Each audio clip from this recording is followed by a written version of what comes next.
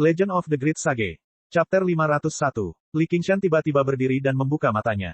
Dia bahkan dibuat marah oleh Ratu Laba-Laba, jadi dia ingin membalasnya. Kebencian iblis harimau telah menyatu dengan tulangnya. Sepotong saja sudah cukup untuk menakuti manusia sampai mati jika mereka melihatnya. Bahkan para kultivator akan merasakan jantung mereka berdetak kencang dan merasa takut. Namun, Rusin hanya menyesap tehnya dengan tenang.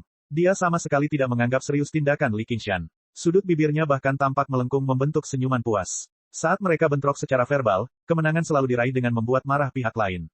Sekarang, dia pada dasarnya memenangkan babak ini, jadi dia sangat gembira. Li Qingshan menggertakkan giginya. Dia benar-benar punya hubungan baik dengannya. Bahkan seekor harimau ganas pun tidak bisa melepaskan cakar dan taringnya pada temannya. Dan, meskipun dia mengatakan dia marah, dia sebenarnya merasakan kedamaian dan ketenangan yang langka di dalam dirinya. Saat dia menyesap tehnya dan mendengarkan ceritanya yang bertele-tele, bayangan dari bawah tanah sepertinya menghilang sedikit demi sedikit. Dalam keadaan linglung, dia bukan lagi iblis bulan. Dia memulihkan sebagian naluri kemanusiaannya. Ketegangan hatinya juga mereda. Jika dia hanyalah orang sembarangan yang mencoba menipunya untuk mengeluarkan batu spiritualnya, itu akan bergantung pada apakah mereka memiliki kehidupan untuk menghabiskannya atau tidak. Untuk mendengarkan cerita lengkapnya, yang bisa dilakukan Li Qingshan hanyalah melakukan top up dengan patuh. Rusin tersenyum. Terima kasih atas dukungan Anda. Jika terlalu banyak, tidak akan dikembalikan, tetapi jika terlalu sedikit, saya harus menebusnya. Untungnya, setelah skema Rusin berhasil, dia tidak dengan sengaja memperpanjang ceritanya. Dia menceritakan semuanya dengan cara yang sederhana. Meski begitu, dia masih berhasil mendapatkan hampir 10.000 batu spiritual. Bajingan itu benar-benar tidak tahu apa yang baik untuknya, kata Li Qingshan santai. Dia tidak menganggapnya terlalu serius. Badut seperti dia tidak lagi menarik perhatiannya. Lebih penting lagi, Annihilum Light Chan Master sebenarnya ingin membawa Little N ke biara Chan Devanaga. Meskipun Li Qingshan berencana untuk menemani Little N, waktunya agak meleset. Perjalanan menuju biara Chan Devanaga pasti tidak dapat diselesaikan hanya dalam beberapa hari. 3-5 tahun akan dianggap cepat. Masalahnya adalah dia baru saja mendirikan yayasan di prefektur Clear River. Dia belum menuai hasil kerja kerasnya. Akan sangat disayangkan jika dia pergi sekarang. Sekarang, dia dengan paksa menyatukan para penjelajah malam. Mengumpulkan rumput spiritual tidak lagi seperti membayar upeti seperti dulu. Sebaliknya, mereka akan menjarah secara langsung. Hasil panen mereka pasti akan lebih besar dari apa yang mereka kumpulkan beberapa tahun terakhir. Masih banyak lagi. Selain itu, dia dapat memanfaatkan sepenuhnya sumber daya bawah tanah. Dia bisa mencoba membuat kesepakatan jangka panjang dengan ratusan aliran pemikiran. Penghasilannya pasti akan sangat besar. Padahal pil biasa tidak ada gunanya baginya. Namun, selama dia mengumpulkan cukup banyak batu spiritual, dia bisa pergi ke Komando Ruyi atau tempat yang lebih baik lagi. Dia menolak untuk percaya bahwa dia tidak bisa membeli pil yang cocok di sana. Ibarat seorang petani yang telah bekerja keras dan mengeluarkan banyak keringat. Ketika musim panen musim gugur akhirnya tiba, ia diminta menyerahkan ladangnya dan membuka ladang baru. Tidak peduli siapa orang itu, mereka akan merasa marah. Terlebih lagi, bahaya tersembunyi setelah Helicover Parosa masih belum terselesaikan. Bahkan lebih mustahil baginya untuk pergi seperti ini. Tentu saja, ada cara lain, yaitu N kecil berkultivasi di biara Chan Devanaga sendirian. Li Qingshan akan tetap berada di prefektur Clear River dan melakukan apapun yang perlu dia lakukan. Namun, Li Qingshan bahkan tidak pernah mempertimbangkan metode ini. Itu seperti janji yang dia buat di masa lalu. Hanya kematian yang bisa memisahkan mereka. Li Qingshan tenggelam dalam pikirannya. Ekspresinya berubah beberapa saat sebelum tiba-tiba berdiri. Saya akan melihat ratusan aliran pemikiran. Jika biksu tua itu bertindak sendiri dan dengan paksa membawa N kecil kembali ke biara Chan Devanaga, bukankah itu buruk? Anda tidak perlu terburu-buru, tuan dari biara Chan Devanaga. Selama Anda tidak bersikeras untuk menikahi murid jenius mereka. Rusin sepertinya memahami pikirannya. Dia berbicara dengan nada menyelidik. Mengapa aku menikahinya tanpa alasan? Selama kamu tidak berpikir seperti itu. Rusin menghela nafas lega sebelum mendorong Li Qingshan kembali ke kursinya. Tiba-tiba, dia mengatakan sesuatu yang tidak relevan, tahukah kamu bahwa dewa selalu ada di dunia ini? Apa? Li Qingshan terkejut. Dia tidak tahu mengapa dia tiba-tiba menyebutkan hal ini. Itu cerita lain. Rusin tersenyum. Kau masih mencoba menipu batu spiritualku. Li Qingshan mengangkat alisnya. Lupakan saja. Melihat betapa taatnya kamu barusan, aku akan memberikan cerita ini kepadamu secara gratis. Bahkan jika kamu ingin aku membelinya, aku harus menyetujuinya. Katakan padaku. Kamu linglung, jadi lupakan saja hari ini. Kita akan membicarakannya setelah kamu sudah tenang. Ayo pergi. Saya akan pergi ke 100 sekolah pemikiran. Rusin berdiri perlahan dan berjalan menuju pintu masuk hunian dengan senyuman agak misterius di bibirnya. Saya tidak akan mengambil lebih dari 10.000 batu spiritual dari Anda secara gratis. Di aula besar kuil Anas Ravana, para beku berdiri diam. Cincin dupa jatuh dari pagoda saat asap mengepul ke udara. Buddha Tathagata menundukkan kepalanya dan tersenyum. Di hadapan Sang Buddha, seorang lelaki tua dan seorang perempuan muda duduk dan mendiskusikan dharma. Yang satu layu seperti kayu, sedangkan yang lain sehalus bunga. Para biksu bingung dengan apa yang mereka bicarakan. Pencerahan pikiran sepertinya mengerti, tapi dia tidak. N kecil sepertinya sedang berpikir, menundukkan kepalanya dari waktu ke waktu sambil berpikir keras. Seringkali, hanya perlu beberapa saat sebelum dia mengangkat kepalanya dan melanjutkan. Kegembiraan di wajah layu Anihilum Light Chan Master menjadi semakin berat. Mereka bertemu beberapa tahun yang lalu, dan mereka baru menjalin hubungan sebagai tuan. Mereka tidak banyak berinteraksi satu sama lain. Hari ini, dia ingin mengujinya dan memberinya bimbingan. Tak satu pun pertanyaan yang dia ajukan dapat membuatnya bingung. Dia telah merintis jalan baru dalam studi agama Buddha, jadi dia memiliki pemahamannya sendiri. Pemahamannya masih agak dangkal, namun, terkadang, dia mengatakan sesuatu yang jenaka, yang akan membuatnya merasa seperti sedang berbicara dengan senior.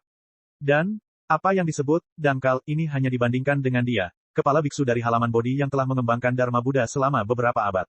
Mungkin tidak ada seorang pun di antara murid-murid dalam biara yang bisa menyainginya. Yang bisa dia lakukan hanyalah menghela nafas kagum. Jalan tulang putih dan kecantikan luar biasa bukanlah metode kultivasi yang sederhana.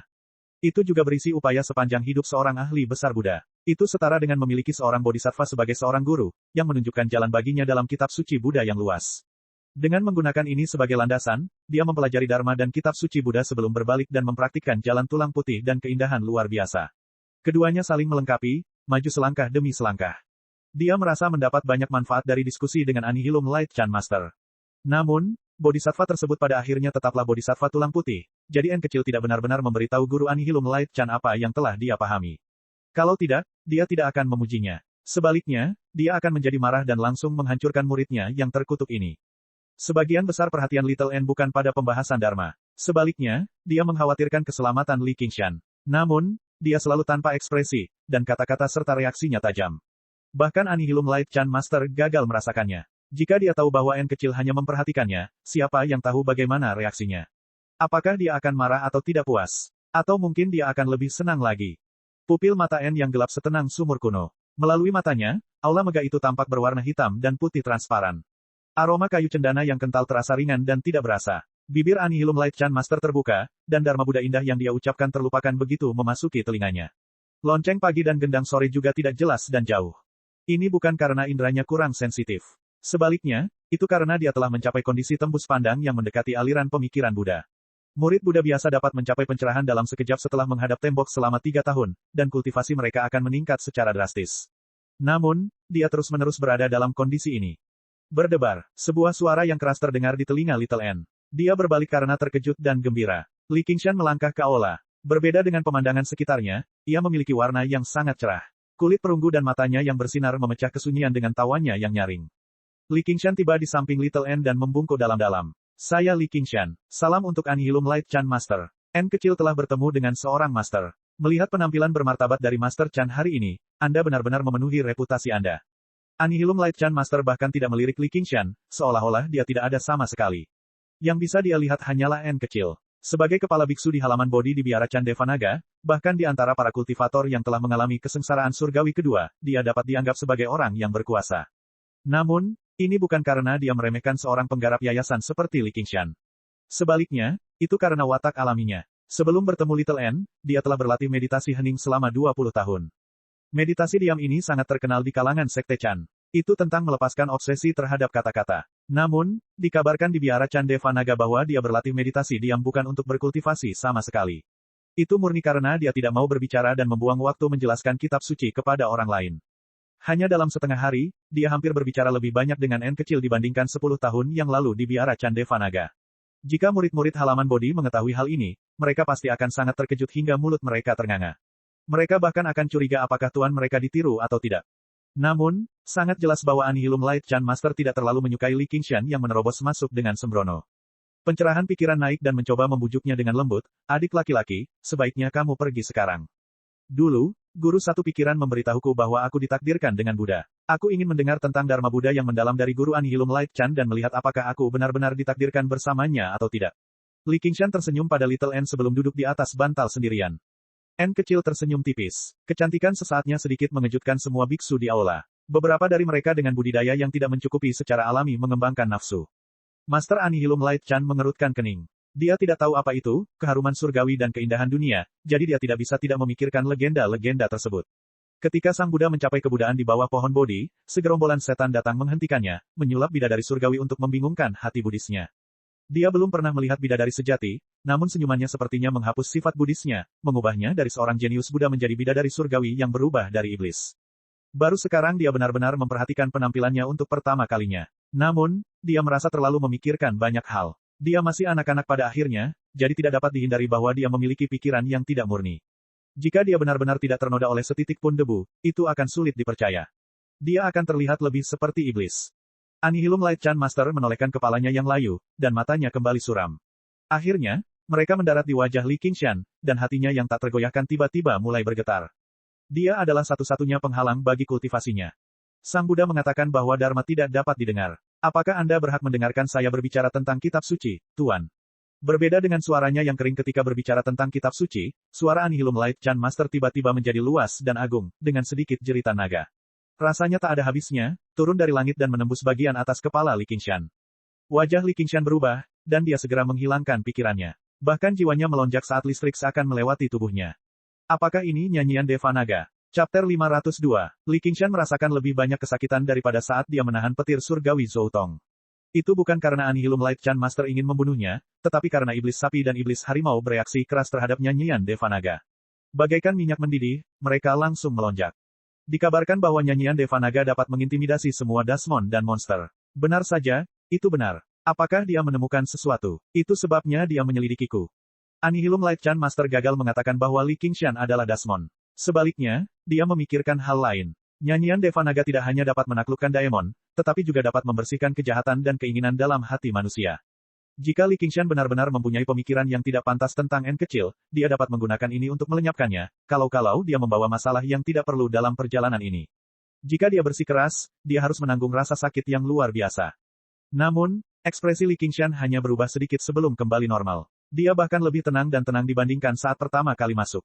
Mungkinkah penilaianku salah? Kalau begitu, tidak perlu terlalu merepotkannya. Dia mempunyai perasaan terhadapku, dan tidak dapat dihindari bahwa aku tidak bisa melepaskannya. Jika aku menggunakan cara yang memaksa, aku akan jatuh ke posisi yang tidak menguntungkan dan berselisih dengan saudara lelakiku ini. Master Annihilum Light Chan menghentikan nyanyian Deva Naga. Sebenarnya, Li Qingshan telah menggunakan roh penyu menekan lautan untuk menekan segalanya, menenangkan iblis sapi dan iblis harimau yang gelisah. Seperti seorang biksu tua yang bermeditasi, roh penyu itu tenggelam ke laut, tidak bergerak. Tentu saja, ini juga karena Annihilum Light Chan Master tidak pernah menggunakan kemampuannya yang sebenarnya. Jika tidak, yang bisa dilakukan Li Qingshan hanyalah mundur dengan tergesa-gesa atau berubah menjadi wujud Dasmonnya dan bertarung. Apakah ini teknik budidaya khusus dari biara Chan Deva Naga? Li Qingshan bertanya sambil tersenyum. Sepertinya kamu berpikiran terbuka. Kamu memang memiliki kedekatan dengan Buddha. Apa? Nyanyian Deva Naga. Semua biksu terkejut. Selain Little N, tidak ada orang lain yang merasakan apapun selama penyelidikan dan bentrokan tadi. Bolehkah aku mengajarkannya pada Little N? Li Qingshan bertanya dengan sikap menyelidik. Li Qingshan tiba di Pulau Kebajikan sendirian dan menghela nafas dalam hati, bulu burung Phoenix ini sungguh tidak mudah didapat. Seni rahasia ini berbeda dengan seni bela diri lainnya. Hanya kakak kepala biara yang memenuhi syarat untuk mengajarkannya, dan dia harus melalui banyak ujian. Ini adalah jawaban dari Annihilum Light Chan Master. Sebagai seorang biksu Buddha terkemuka, dia tidak akan pernah berbohong, apalagi berbohong tentang sesuatu yang sangat penting yang diketahui semua orang. Li Qingshan juga tidak berdaya. Dia telah setuju untuk berkunjung ke biara Chan Deva Naga bersama Little N setelah dia menangani masalah prefektur Clear River. Ini adalah niat Little N sejak awal, jadi Annihilum Light Chan Master tidak punya apa-apa lagi untuk dikatakan. Dia meninggalkan Little N untuk melanjutkan ceramahnya. Saat Li Qingshan berjalan menuju sekolah kedokteran, dia masih memikirkan cerita kedua yang diceritakan Rusin kepadanya. Pada saat itu, dia terlalu cemas terhadap N kecil sehingga tidak memedulikannya, tetapi sekarang setelah dia memikirkannya, dia merasa bahwa hal itu memiliki makna yang mendalam. Meskipun mulut Rusin tidak memaafkan, dia tidak pernah benar-benar mencoba memeras batu rohnya. Dia dapat merasakan bahwa meskipun dia tidak peduli dan bersedia memberi, dia tidak akan menerimanya. Setelah mendengarkan sebentar, dia menemukan bahwa Rusin tidak berada di Pulau Kebajikan. Dia pergi ke perpustakaan di Pulau Contention. Tiba-tiba, dia merasakan tatapan yang sangat kesal tertuju padanya. Li Qingshan mengangkat kepalanya dan melihat wajah bengkok di balik jendela. Itu agak familiar. Itu adalah Cutian. Li Qingshan melambaikan tangannya sambil tersenyum, tetapi wajahnya menjadi semakin bengkok. Saat ini, wanita lain tiba di jendela. Tidak mengherankan, itu adalah Qian Rongxi. Dia menatap Li Qingshan dengan ekspresi agak aneh sebelum menutup tirai. Apakah dia melindungi makanannya? Tian kecil, berhentilah mencari. Akan ada hari di mana kamu menjadi lebih kuat dari dia. Tidak ada rasa kasihan dalam tatapan Qian Rongzi. Sebaliknya, hal itu dipenuhi dengan kepercayaan dan keinginan. Tidak ada seorang pun yang bisa menolak tatapan seperti ini ketika mereka sedang kurang beruntung. Chu Tian tidak terkecuali. Dia bergidik dan melemparkan dirinya ke pelukan Qian Rongzi sambil menangis. Aku tidak punya apa-apa lagi. Qian Rongzi dengan lembut mengusap kepalanya dengan sarung tangannya. Tatapannya selembut seorang ibu, memandang rendah anaknya. Namun, ular neraka menjadi gelisah. Itu merayap di sekitar tubuhnya dengan enggan. Dia menghiburnya seperti seorang ibu. Jangan khawatir, makanan akan segera tersedia. Chu Tian memang kehilangan banyak hal. Setelah Rusin membawanya kembali ke Pulau Kebajikan, gejala penyimpangan Qi-nya stabil secara ajaib. Setelah itu, Qian Rongzi bergegas mendekat. Matanya merah saat dia tergagap. Di bawah interogasi Chu Tian, dia akhirnya memberitahunya sebuah berita yang sangat disayangkan. Ketika dia berkultivasi terpencil, kedua wanita yang datang ke sekolah keluarga bersamanya telah meninggal dalam kekacauan perang. Dia dan kedua wanita itu adalah teman masa kecil, jadi mereka sangat dekat. Chu Tian diliputi kesedihan. Dia menderita penyimpangan Qi sekali lagi dan hampir kehilangan nyawanya. Setelah itu, keajaiban terjadi lagi padanya. Dia nyaris tidak bisa mempertahankan hidupnya, seolah-olah surga benar-benar mengawasinya. Namun, budidayanya mengalami kemunduran drastis. Kamu masih memilikiku. Qian Rongzi memalingkan wajahnya seolah dia tidak tahan lagi. Air mata mengalir di wajahnya tak terkendali. Dan, hanya aku yang tersisa. Ular berbisa itu mendesis. Paman Fu, kenapa kamu ada di sini? Li Qingshan tiba di penyimpanan dan melihat orang yang dikenalnya, Sun Fubai. Sinar matahari menyinari jendela, dan Sun Fubai berbaring di kursi goyang dengan santai sambil membaca buku. Sama seperti saat mereka pertama kali bertemu. Qingshan, kamu sudah datang. Hanya setelah percakapan, Li Qingshan mengetahui bahwa penyimpanan selalu menjadi milik sekolah novel. Semua bangunan di Pulau Contention memiliki tanggung jawab yang berbeda. Kebanyakan dikelola oleh orang-orang dari berbagai sekolah. Namun, aliran novel hampir jatuh ke titik di mana mereka bahkan tidak bisa mempertahankan Pulau Kludwisep. Mereka tidak mempunyai adik laki-laki atau guru, sehingga penyimpanan dikelola oleh sekolah Konfusianisme. Sekarang, sekolah novel telah bersatu dan kembali ke sekolah. Pada saat penting dalam menerobos pendirian yayasan, Sun Fubai telah membongkar urusan Kludwisep Society dan kembali ke penyimpanan untuk mengolah dirinya sendiri. Di bawah manajemennya, Kludwisep Society telah menjadi organisasi yang lengkap. Dia tidak perlu mengurus semuanya secara pribadi. Buku-buku bertumpuk di rak, aroma kayu menyegarkan pikiran. Namun, di gedung yang sangat luas ini, letaknya jarang dan tidak banyak orang yang ada di sini. Kekacauan perang belum mereda, dan hanya sedikit orang yang memikirkannya. Selain itu, buku-buku yang berhubungan dengan budidaya semuanya ada di lantai yang lebih tinggi. Di bawahnya sebagian besar terdapat buku-buku sejarah, dan sangat sulit bagi para penggarap untuk memperhatikannya. Oh, Patriark Ru, dia ada di sana. Dia sudah ada di sini. Jadi dia menunggumu. Ya, aku akan memeriksanya. Li Qingshan sudah merasakan kehadirannya. Dia melewati pegunungan dan akhirnya menemukannya di sudut.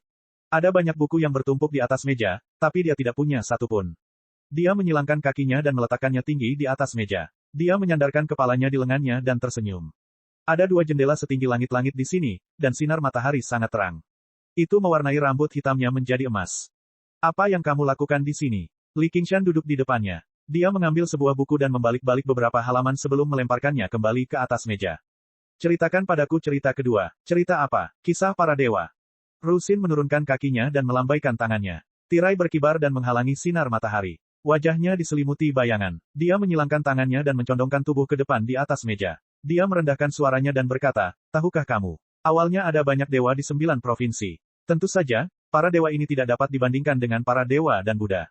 Paling-paling, tempat yang dikuasai para dewa tidaklah besar. Satu gunung, satu sungai. Banyak dari mereka adalah roh gunung dan monster air. Mungkin mereka tidak terlalu kuat di dunia budidaya, tetapi bagi orang biasa, mereka maha kuasa. Terlebih lagi, selama mereka berada di gunung dan sungai mereka sendiri, kekuatan mereka akan meningkat, sangat besar, dan mereka akan memiliki kekuatan yang berbeda.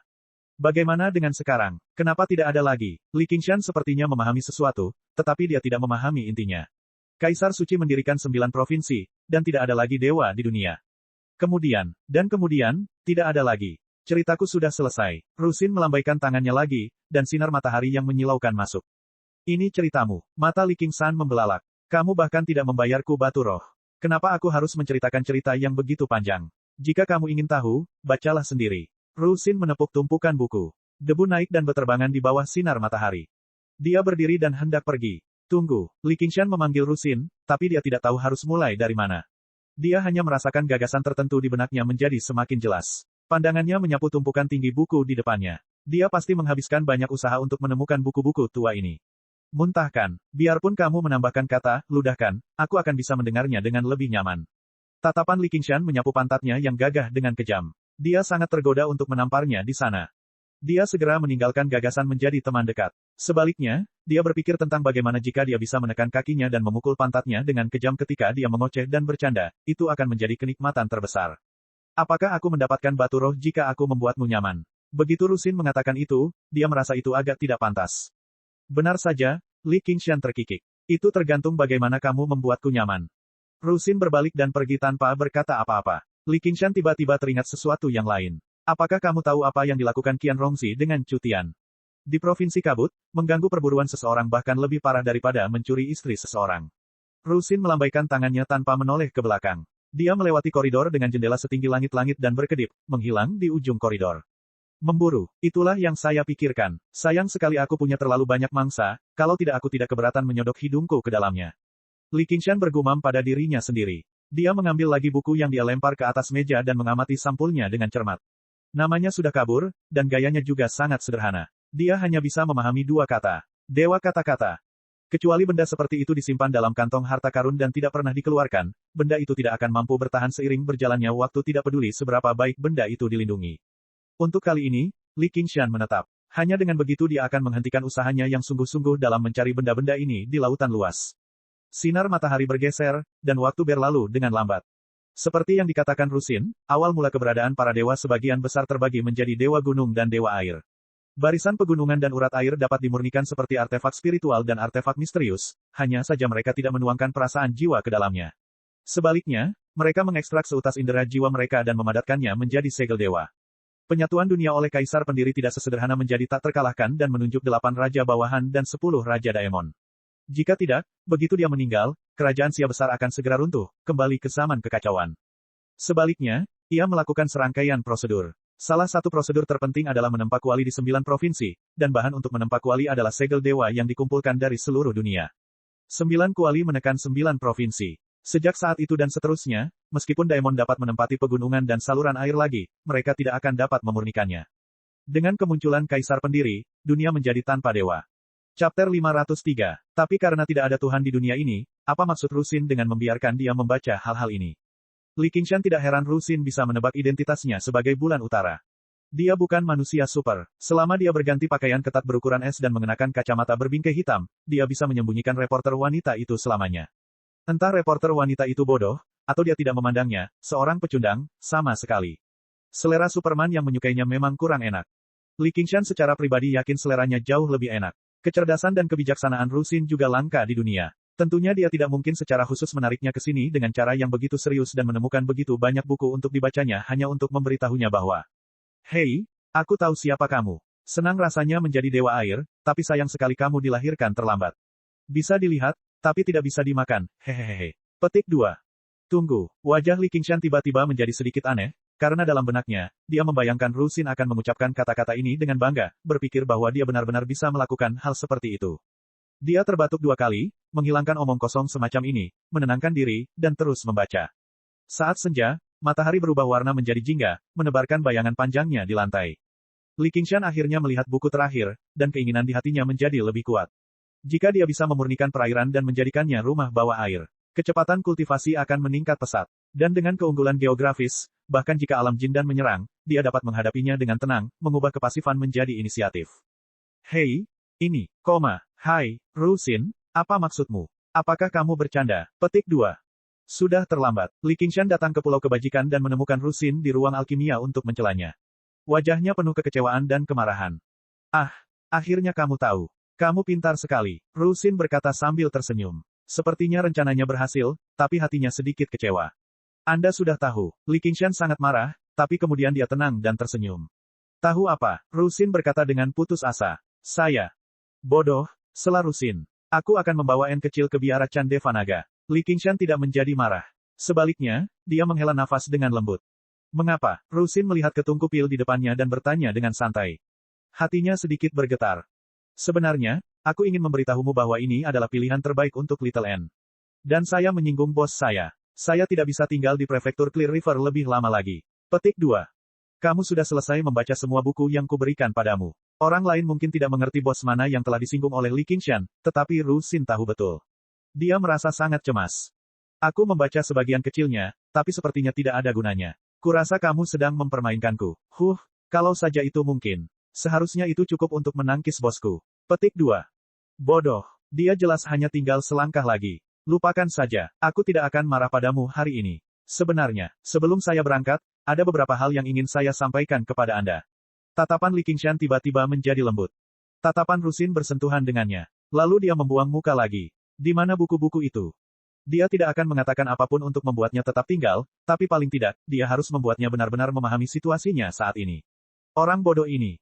Kamu masih menyembunyikannya. Bagus. Tunggu aku di sini. Aku akan segera kembali. Ru Xin secara khusus memberitahu Sun Fubei bahwa jika Li Qingshan tidak dapat menyelesaikan membaca buku tersebut, dia harus menyimpannya dan tidak membiarkan orang lain menyentuhnya. Hahaha, siapa yang dibodohi sekarang? Li Qingshan tiba-tiba tertawa terbahak-bahak dan mengangkat tangan kanannya. 1 jam yang lalu, ketika buku terakhir dibalik ke halaman pertama, dia melihat sepotong tipis sesuatu tercampur di halaman judul. Itu benar-benar transparan, seperti es atau air. Itu berputar dan berputar seperti naga, membentuk rune yang sederhana dan megah. Sekilas, Li Qingshan tahu itu bukanlah barang biasa. Namun, ia tidak memancarkan energi spiritual apapun dan sangat tipis. Jika dia tidak membuka halaman ini, dia tidak akan menemukan misterinya. Mungkinkah ini terjadi? Mata Li Qingshan berbinar. Dia melihat sekeliling untuk memastikan tidak ada orang di sekitarnya dan kemudian menyuntikkan jejak energi spiritual ke dalam rune es. Rune es tiba-tiba bergerak. Itu seperti sungai yang bergelombang atau naga yang melingkar. Di bawah cahaya matahari terbenam, ia tampak seperti makhluk hidup. Memang benar, itu tidak buruk.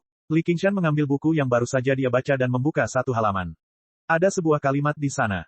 Segel dewa gunung itu seperti emas dan besi. Segel dewa air itu seperti batu giok es. Keduanya berbentuk seperti naga. Menggabungkan begitu banyak buku, Li Qingshan secara bertahap memiliki cetak biru umum di benaknya.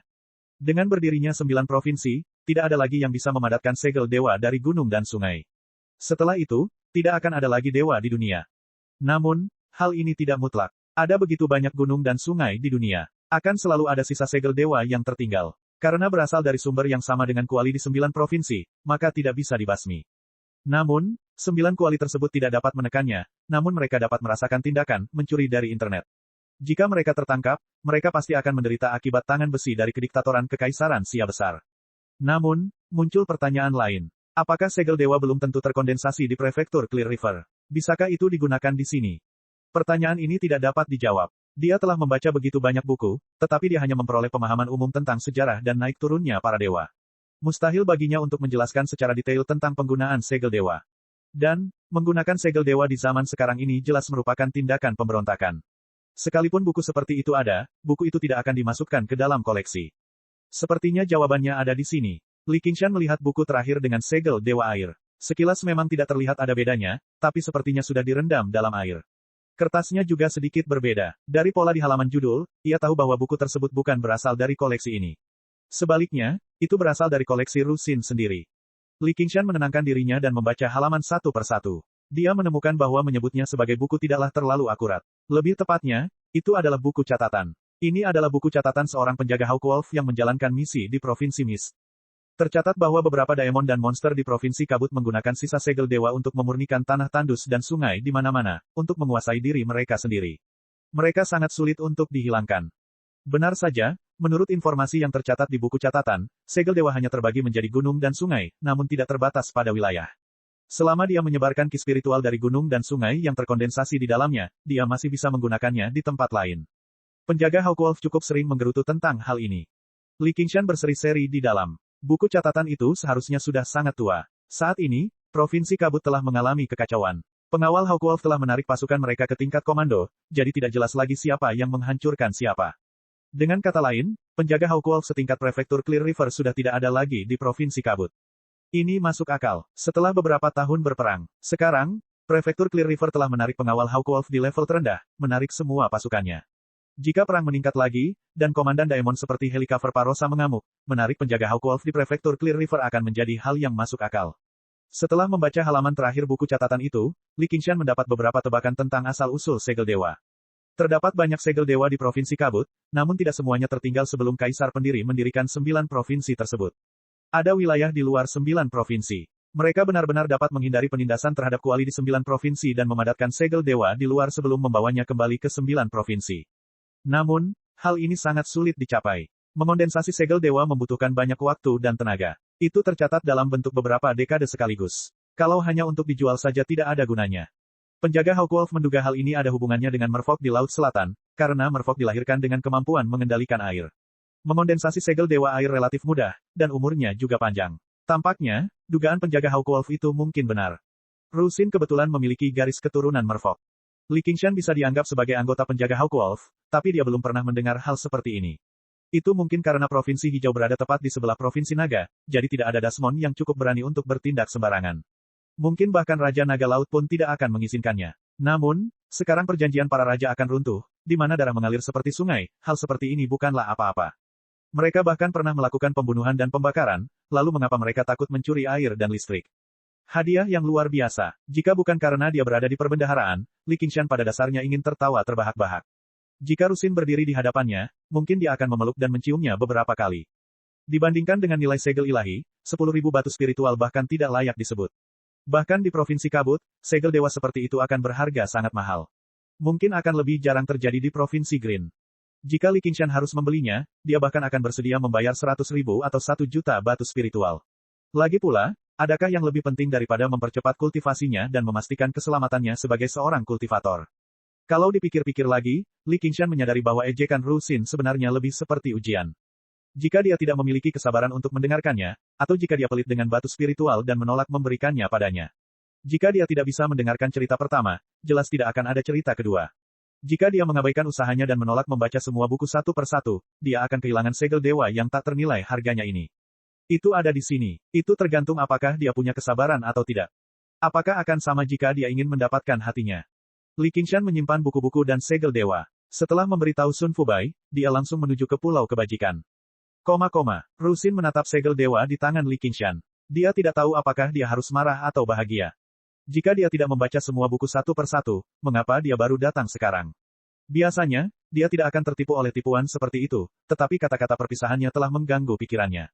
Sepertinya meski aku tidak lulus ujian, masih ada hadiahnya. Nona Rusin sungguh berhati lembut. Pada saat ini, Li Qingshan sama sekali tidak memiliki agresivitas atau kebencian seperti Dasmon. Dia seperti anak kecil yang mencuri permen, berpuas diri. Karena kamu sudah mendapatkannya, maka cepatlah marah. Jangan ganggu aku dalam memurnikan pil. Rusin melambaikan tangannya dengan tidak sabar, seperti sedang mengusir lalat. Namun, noda kemerahan menyebar dari pipinya hingga ke leher rampingnya. Terima kasih. Li Qingshan memeluknya erat dari belakang dan berkata dengan sangat serius. Aroma obat masih melekat di pelukannya, dan tubuhnya lembut. Aku tidak akan meninggalkan prefektur Clear River dengan mudah. Bahkan jika aku pergi, cepat atau lambat aku akan kembali. Ada terlalu banyak ikatan di sini. Petik 2. Sebelum Rusin bisa menjawab, Li Qingshan sudah melepaskannya dan keluar. Sayang sekali. Rusin terkejut beberapa saat sebelum berkata dengan nada meremehkan. Saat ini, di Pulau Kebajikan, ada orang lain yang menerima hadiahnya setelah melalui banyak cobaan. Chapter 504. Tidak ada seorang pun yang datang mengunjungi Cutian, baik itu senior dan juniornya dari sekolah Konfusianisme atau wanita yang pernah tidur dengannya di masa lalu. Jika Cutian adalah orang yang ramah, dia tidak akan berakhir dalam keadaan seperti itu bahkan jika budidayanya mengalami kemunduran drastis. Paling tidak, dia bisa menjaga harga dirinya. Namun, kepribadiannya tidak pernah disukai. Mereka biasanya sopan padanya hanya karena bakatnya. Mungkin ada kecemburuan yang mendalam juga dalam hal ini. Tidak dapat dihindari bagi mereka untuk memikirkan hal-hal seperti, bahkan orang bodoh seperti dia pun dapat berkultivasi begitu cepat, lalu mengapa saya tidak? Langit sangat tidak adil. Akibatnya, ketika mereka mengetahui bahwa dia menderita penyimpangan Qi, mereka semua diam-diam bersukacita, bahkan kamu mengalami hari seperti ini. Siapa yang masih mau membuang waktu untuk orang cacat? Hanya ada satu orang yang merawatnya tanpa henti, dan itu adalah Qian Rongzi. Namun, melihat betapa merawatnya tidak ada gunanya, secercah rasa kasihan tiba-tiba muncul di matanya. Tian kecil, meskipun kamu benar-benar tidak bisa berkultivasi lagi, aku akan menjagamu seumur hidupmu. Cutian seperti kucing yang ekornya diinjak. Dia berkata dengan gembira, saya masih bisa berkultivasi. Orang-orang yang meremehkanku pasti akan menyesalinya. Namun, rasa kasihan Qian Rongzi semakin dalam. Dia tiba-tiba terdiam beberapa saat sebelum berkata, Rongzi, aku ingin memberitahumu sebuah rahasia. Aku belum pernah memberitahu siapapun tentang rahasia ini. Apa itu? Qian Rongzi bingung. Perhatikan baik-baik. Cutian mengulurkan tangan kanannya, dan tanaman merambat hijau tua tumbuh dari telapak tangannya sedikit demi sedikit.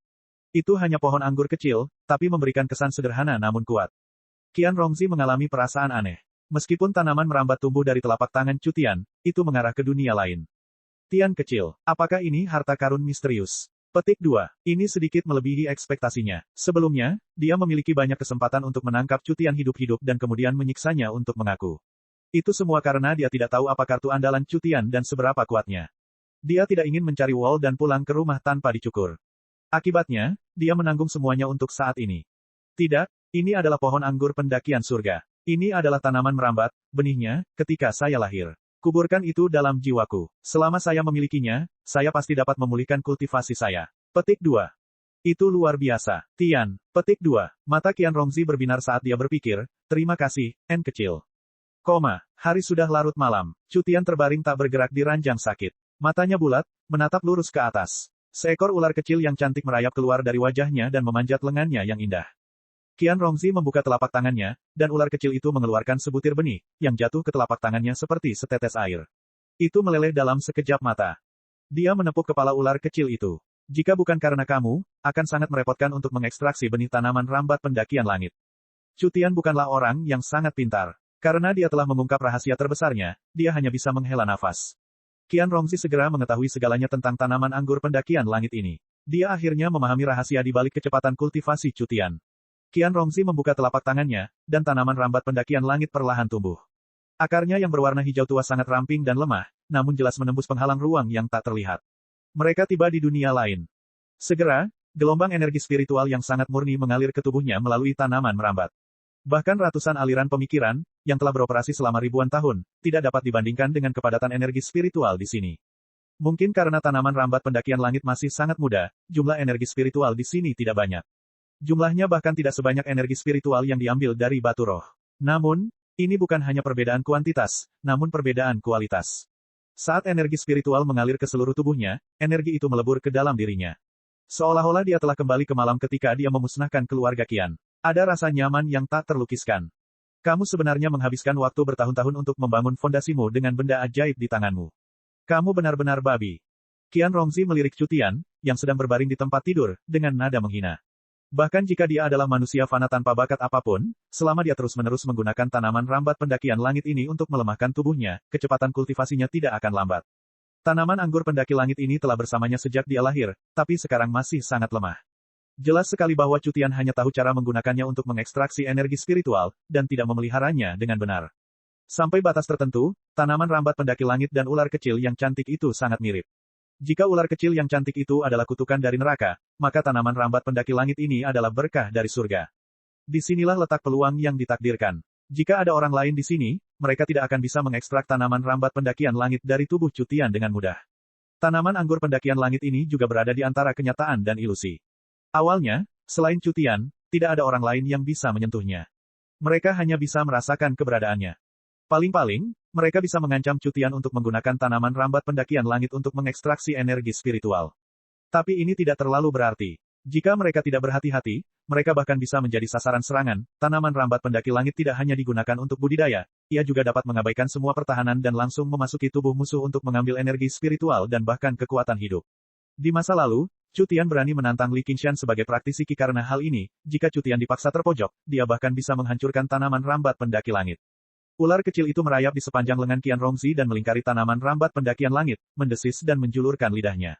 Yang satu cerah, yang lainnya anggun. Yang satu hidup, yang lainnya tenang. Mereka bertolak belakang, namun mereka saling melengkapi dengan indah. Terima kasih, Tian kecil. Qian Rongzi menyingkirkan ular dan tanaman merambat itu, membelai pipi Chu Tian. Semakin tulus senyuman di wajahnya, semakin kuat niat membunuh di hatinya. Dia punya banyak trik. Meskipun dia tidak bisa lagi menjadi ancaman baginya, paling aman baginya untuk mati, bukan? Dia akan segera bergerak. Tok, tok, tok. Beberapa ketukan di pintu. Mata Qian Rongzi yang seperti ular berubah sedikit. Kakak senior Rusin, aku baru saja akan mencarimu. Tian kecil mengamuk lagi. Ketika pintu terbuka, wajah Qian Rongzi dipenuhi kecemasan dan kekhawatiran, dengan air mata di sudut matanya. Benar-benar, apakah dia mendengar kabar baikmu lagi? Rusin menyilangkan tangannya, ekspresi lucu di wajahnya. Seharusnya aku tidak memberitahunya. Seharusnya aku tidak memberitahunya. Qian Rongzi bergumam pada dirinya sendiri, mengepalkan tinjunya, wajahnya dipenuhi rasa menyalahkan diri sendiri.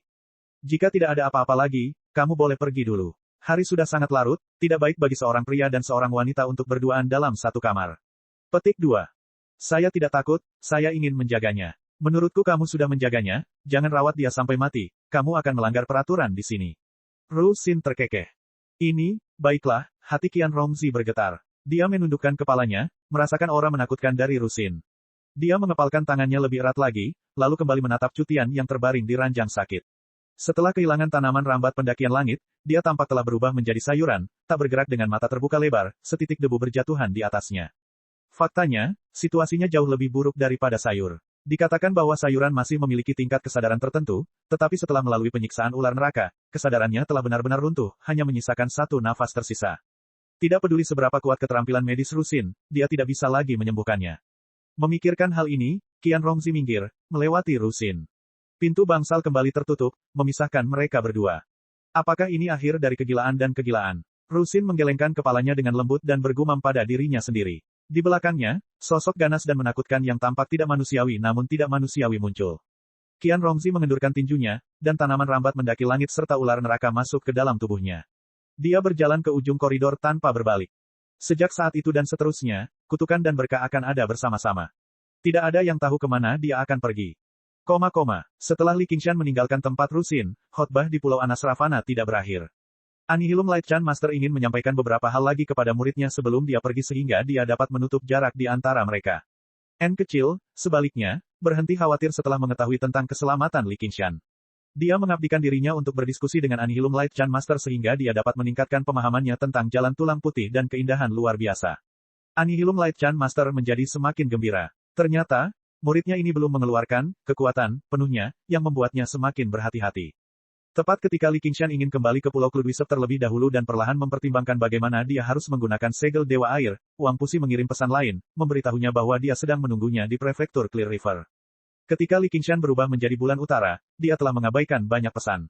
Dia tidak bisa menolak permintaan itu begitu saja, jadi dia hanya bisa pergi.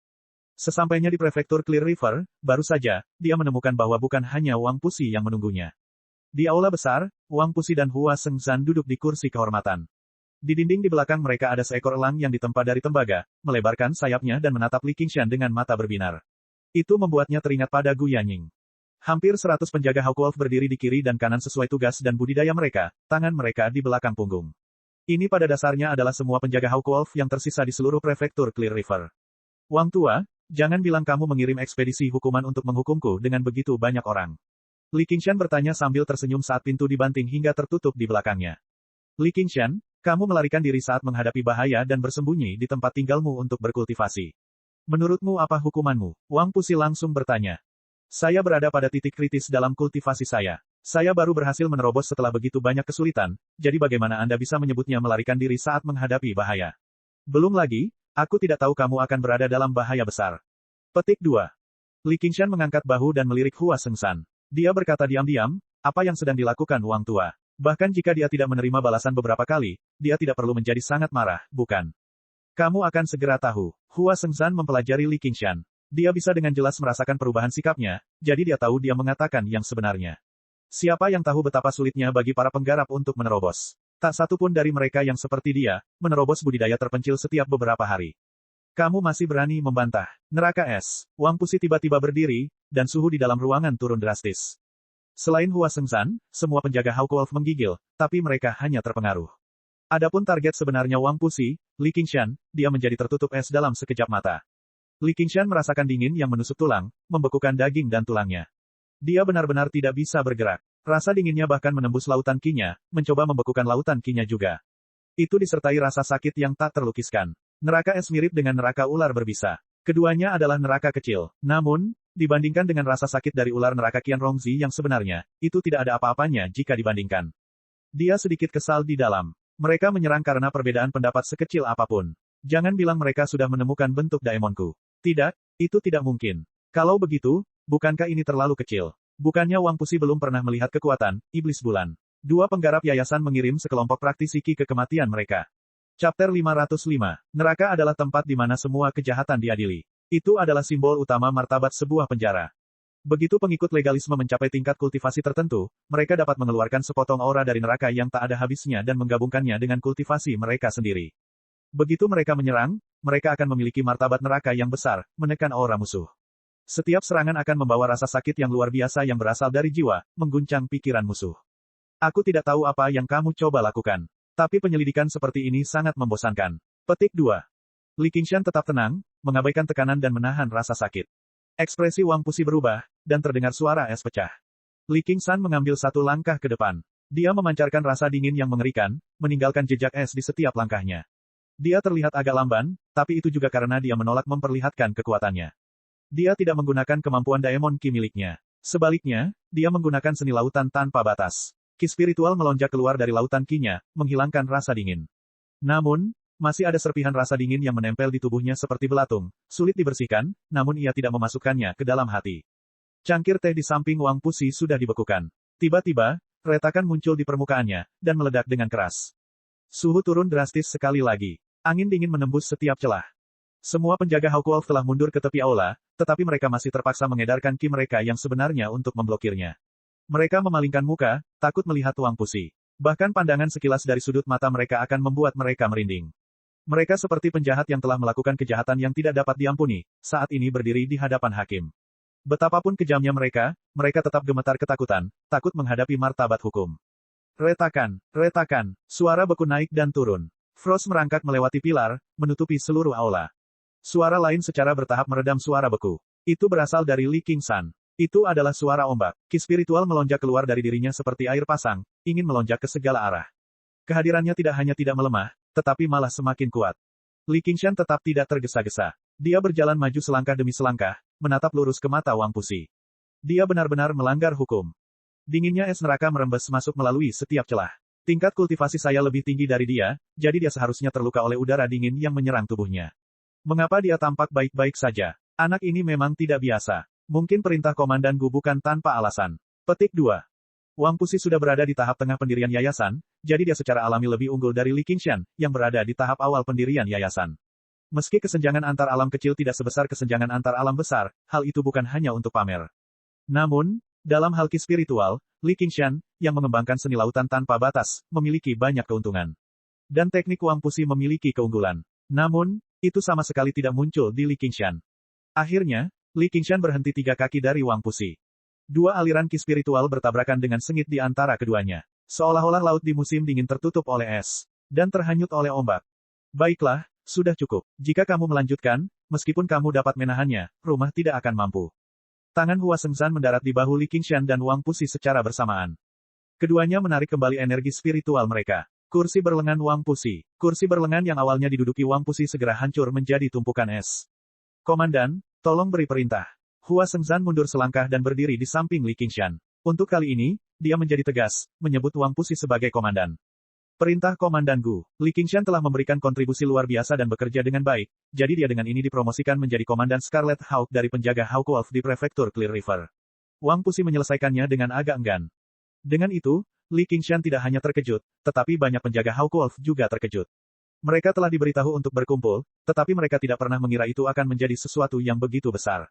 Baru sekarang Li Qingshan mengerti mengapa Wang Pusi mengatur pertunjukan yang begitu hebat. Ternyata, Gu Yanying sebenarnya telah mempromosikannya menjadi komandan.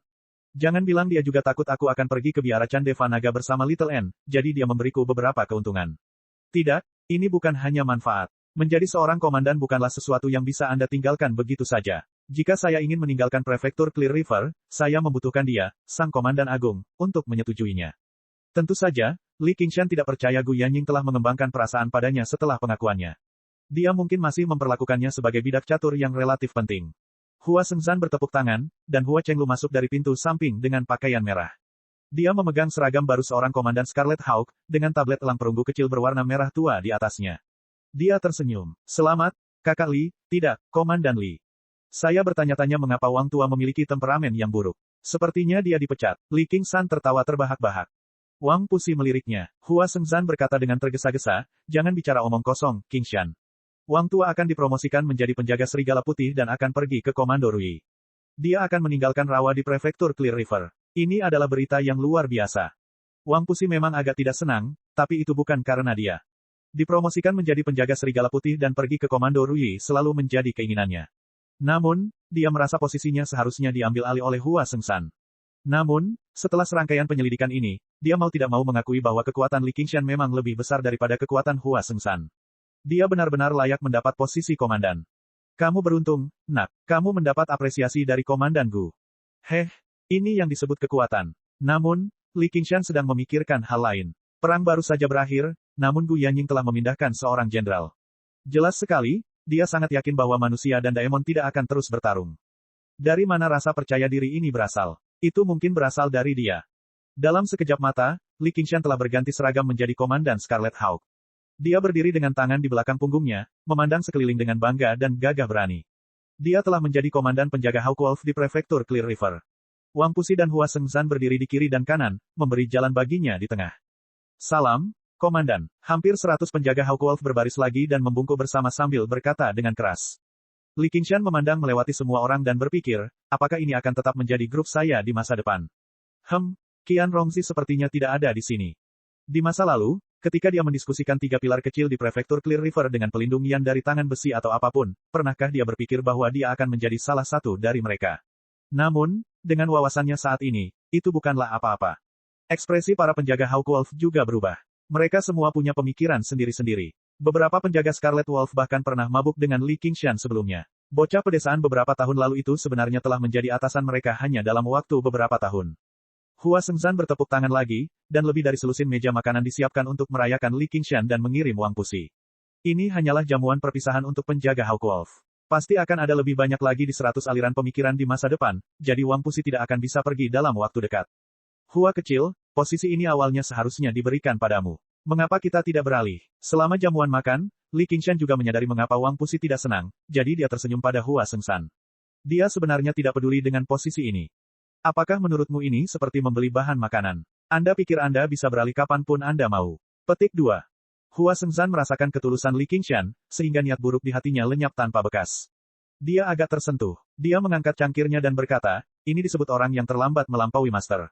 Bos Gu, kamu memiliki pandangan yang bagus terhadap bakat. Kamu harus lebih melindungiku di masa depan. Tidak masalah, tidak masalah. Meski begitu, aku akan menyerahkan urusan penjaga Hawk Wolf padamu. Aku hanya bertanggung jawab untuk mengawasi dan bertarung. Hua Sengshan tersenyum pahit. Tidak masalah, tidak masalah. Setelah jamuan makan tibalah serangkaian tugas serah terima. Setelah mengambil posisi komandan, dia bisa memilih item dari perbendaharaan dalam penjaga Hawk Wolf. Akan sangat bagus jika saya dapat menemukan bagian lain dari kaligrafi pedang kursif. Dengan mengingat keinginan indah ini, Li Qingshan melewati berbagai formasi dan akhirnya menginjakkan kaki di dalam, tetapi dia sangat kecewa. Setelah beberapa tahun perang, tidak banyak yang tersisa di dalamnya. Mengapa kita tidak menunggu? Melihat situasinya, Komando Rui mungkin akan segera mengirimkan perbekalan. Hua Sengshan juga merasakan sesuatu dari perintah Gu Yanjing. Tampaknya perang benar-benar akan berakhir. Selama perang, prefektur Clear River yang membentang sepanjang 1.500 km telah menjadi satu-satunya pulau, yang pada dasarnya terputus dari dunia luar. Para pembudidaya di sana hanya bisa bertarung, tidak melarikan diri, kecuali mereka memiliki koneksi khusus. Jika mereka melarikan diri, mereka akan diburu. Tentu saja, mereka juga tidak akan menerima persediaan jimat atau pil apapun. Cukup adil. Li Qingshan mengangguk, meskipun dia tidak menemukan apa yang diinginkannya. Namun, Li Qingshan menemukan bahwa ada banyak manfaat menjadi seorang komandan. Pertama-tama, manfaatnya jauh lebih baik. Dengan kekayaan Li Qingshan, dia tidak terlalu peduli tentang hal ini. Yang penting adalah peningkatan status. Dia telah berubah dari preman bayaran menjadi pengambil keputusan. Dia dapat secara langsung mempengaruhi banyak keputusan penting di seluruh 100 aliran pemikiran. Dan, dia dapat memahami banyak informasi rahasia. Sebagai organisasi militer yang berada langsung di bawah kerajaan Xia Besar, pengawal Hawk Wolf memiliki sistem informasinya sendiri. Informasinya tampak berantakan dan tidak teratur, mencakup segala hal mulai dari astronomi hingga geografi. Namun, pada saat-saat tertentu, mungkin hal itu bisa memainkan peran yang krusial. Setelah menyelesaikan serangkaian tugas serah terima, langit sudah menyala. Li Qingshan mengabaikan semua tanggung jawab, menyerahkan segalanya kepada Hua Sengshan. Dia kembali ke pegunungan Chain sendirian. Dengan desir, peta mental provinsi hijau terbentang sebelum mengunci prefektur kecil Clear River. Li Qingshan mulai menentukan pilihannya. Dia memilih tempat yang cocok untuk membangun hunian air. Pandangannya pertama kali tertuju pada sungai yang berkelok-kelok melintasi seluruh prefektur seperti seekor naga. Meskipun, kecil, ukuran prefektur Clear River bahkan lebih besar dari seluruh wilayah Jiangnan di kehidupan masa lalu Li Qingshan. Air sungai yang jernih mampu menyaingi sungai-sungai besar seperti Sungai Yangtze dan Sungai Kuning. Sungai jernih berasal dari pegunungan tanpa batas. Panjangnya lebih dari 5.000 km, dan cekungan drainasenya membentang lebih dari 1 juta km persegi. Jika dia bisa memperbaikinya, apakah itu kultivasi atau pertempuran, itu sama dengan menerima bantuan ilahi. Bahkan jika dia menghadapi para kultivator inti emas, Li Qingshan yakin dia bisa unggul. Namun, Li Qingshan mengeluarkan segel Dewa Air dan melihatnya berdasarkan buku yang pernah dia baca di masa lalu. Pada dasarnya hanya ada 2 jenis segel dewa, namun kualitasnya berbeda drastis. Dia bisa memadatkan segel Dewa Air dengan memurnikan sungai kecil, tapi tidak bisa menampung sungai besar. Hanya dengan menggunakan sungai kecil sebagai fondasinya ia dapat terus mengembangkan dan memperkuatnya. Saya bertanya-tanya apakah segel Dewa Air dapat menampung sungai jernih atau tidak. Jika pada akhirnya tidak bisa menampungnya, maka itu akan menjadi lelucon. Sepertinya saya tidak punya pesaing saat ini, jadi sebaiknya saya mengambil langkah demi langkah dan membuat rencana secara perlahan. Saya akan memilih wilayah perairan terlebih dahulu dan mulai dengan anak sungai. Bersambung. Cek. Rakan-rakan kultivator sekalian, sebelum retret, sila terus berkultivasi untuk jurus subscribe, like, share dan komentar agar sekte novel Sadim terus berkembang pesat.